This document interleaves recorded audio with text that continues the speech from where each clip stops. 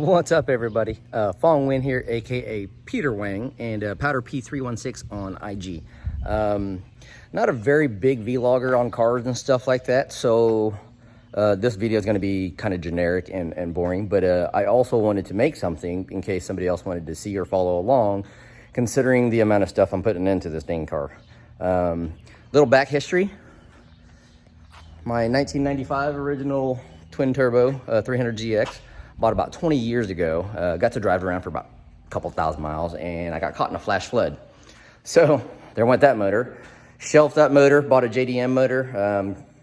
Too busy to put it in. It came with a warranty, but of course we put it in after the warranty. So the oil pump ended up being bad and nuked the bearing. So the car ended up just sitting for 10 years. When we did the JDM motor, though, we went and bought Force Performance T28 turbos. We bought an ADM Series 1 standalone. We bought a standalone ADM over there. We had a Grady boost controller and a turbo timer and an AEM fuel pressure gauge pod in the bottom of that. Below that stereo, that's a new stereo. We had all these over here with the dual wide bands and the serial out for the gauge. We also went to the motor. We upgraded to Dodge Works 740cc injectors. We did the heads. Everything now on the motor, I think, is the first bore over. It's 88.5, I believe. We're still at 88, or we're still at 8.5 compression to 1. Wasn't planning on E85 because when we built this thing 5-6 years ago, E85 wasn't really big. So, but things change and plans change. We're ripping all that out. Fast forward to 10 years later, I was able to rebuild on my stock block a little bit. I may have my timeline a little bit confused, but force bore 88.5 millimeters, I think, 8.5 to 1. We put in some Jim Wolf 400 plus cams. We did head work to it. I can't remember if it was a 3 or a 5 angle valve job to it. Millimeter over forever valves, Supertech springs and retainers, yada, yada, yada. We even put on some BDE cam gears for adjustability and all that stuff. And threw the car back in, and of course I was using 15-20-year-old technology, and of course 500 horsepower was a lot 15-20 years ago. Now it's nothing. So we're going to modernize this dang thing and pump up the numbers a little bit and make it a little bit more modern and give it a bit more features. That way I don't get killed on the streets. First off, let's start off with the heart of the entire thing. The Nexus R5. That's already going in, and of course we got a full brand new wiring specialties harness with the sub transmission and grounding kit somewhere else over here.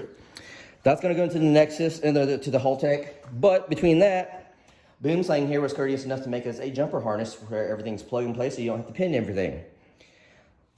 So from taking all the gauges out, everything is going to be displayed through the IC7 dash with the Mako 300GX gauge pod cluster adapter pod. Flex fuel sensor, GPS sensor, dual wide bands. We're putting in actually 2 cool things that just recently came out for the 300ZX. And the first one is I wanted to keep cruise control, and all the other injector kits, you had to raise your plenum or raise your mounting points somehow to where you couldn't keep your cruise control.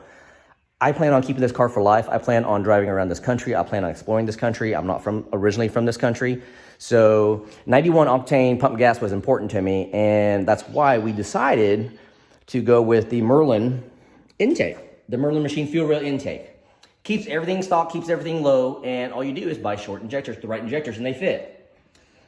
With that being said, the reason we did with the 91 pump gas, we went with ahead with 2860 Gen 2 GTXs. The numbers I'm hoping for, I've seen a few of the other shops, example Z-Shack putting out, 850 plus horsepower with these turbos with almost the same modifications.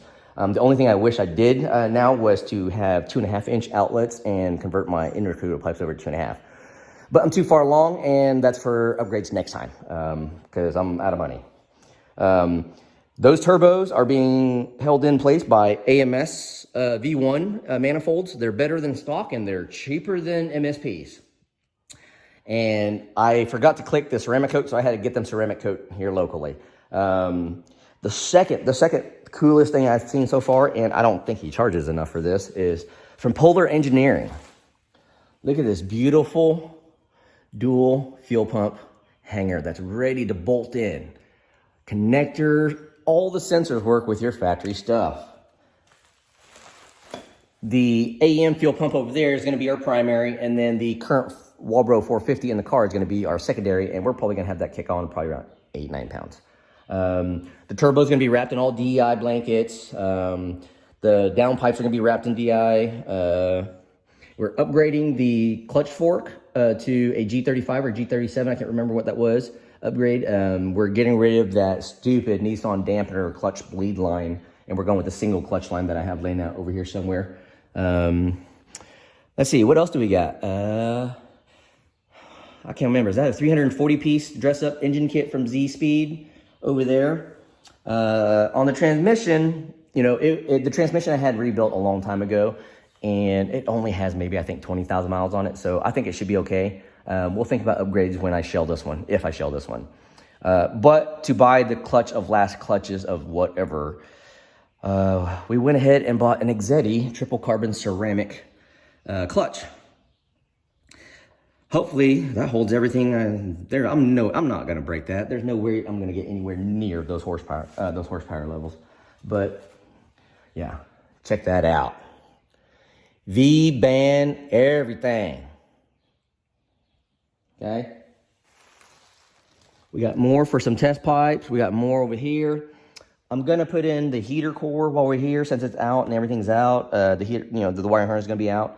It's a Mushimoto radiator. I screwed up and sprayed some wrong sprayer clean it, so hopefully we can polish that up. But that's a custom Spall fan. That's a Spall fan with a custom radiator shroud mounted to my Mushimoto radiator. We get to 100, 110 degrees out here in the Midwest, and I'm at 182, 184 during the summers, even with the AC on all the time. So it does very well with an electronic fan. I don't know. What else is there? These are all old parts. We're going to clean everything up.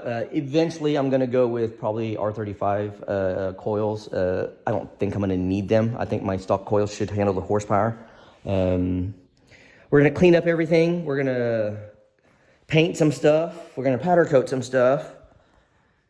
And hopefully, here in a couple of weeks, she's going to be back out here with a way bigger bark and a bite, hopefully. So thanks for watching. Stay tuned. And like I said, not very many videos, but I'll post pictures as I go along of the completed process and what I've been putting on, what I've been doing. So thank you again.